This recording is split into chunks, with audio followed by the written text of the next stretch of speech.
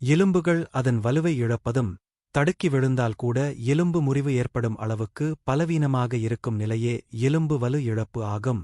இது ஆங்கிலத்தில் ஆஸ்டியோபோரோசிஸ் என்று அழைக்கப்படுகிறது. 40 வயதிற்குப் பிறகு நம் எலும்புகள் இயற்கையாகவே அடர்த்தியை இழக்கத் தொடங்குகின்றன என்பது உங்களுக்குத் தெரியுமா? ஆனால் கவலைப்பட வேண்டாம், அவற்றை வலுப்படுத்தவும் ஆரோக்கியமாக வைத்திருக்கவும் நிரூபிக்கப்பட்ட வழிகள் உள்ளன. இந்த வீடியோவில் உங்கள் எலும்பு அடர்த்தியை மேம்படுத்தவும் ஆஸ்டியோபோரோசிஸை தடுக்கவும் எளிய ஆனால் சக்திவாய்ந்த குறிப்புகளைப் பார்க்கலாம். கால்சியம் என்பது வலுவான எலும்புகளின் கட்டுமான பொருள்.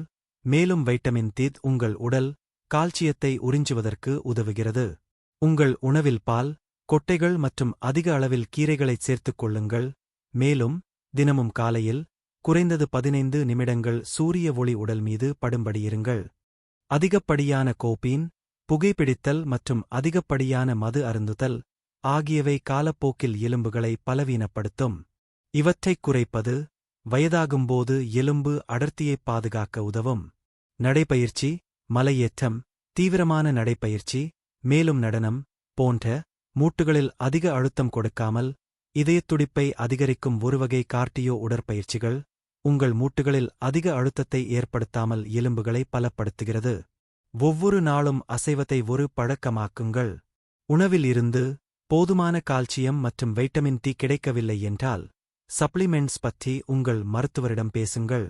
மெக்னீசியம் மற்றும் வைட்டமின் K2 எலும்பு ஆரோக்கியத்தை மேம்படுத்த உதவும். வலுவான எலும்புகள் என்றால் நீங்கள் வலிமையானவர் என்று பொருள். இந்த பயிற்சிகளை இன்றே பயன்படுத்தத் தொடங்குங்கள்.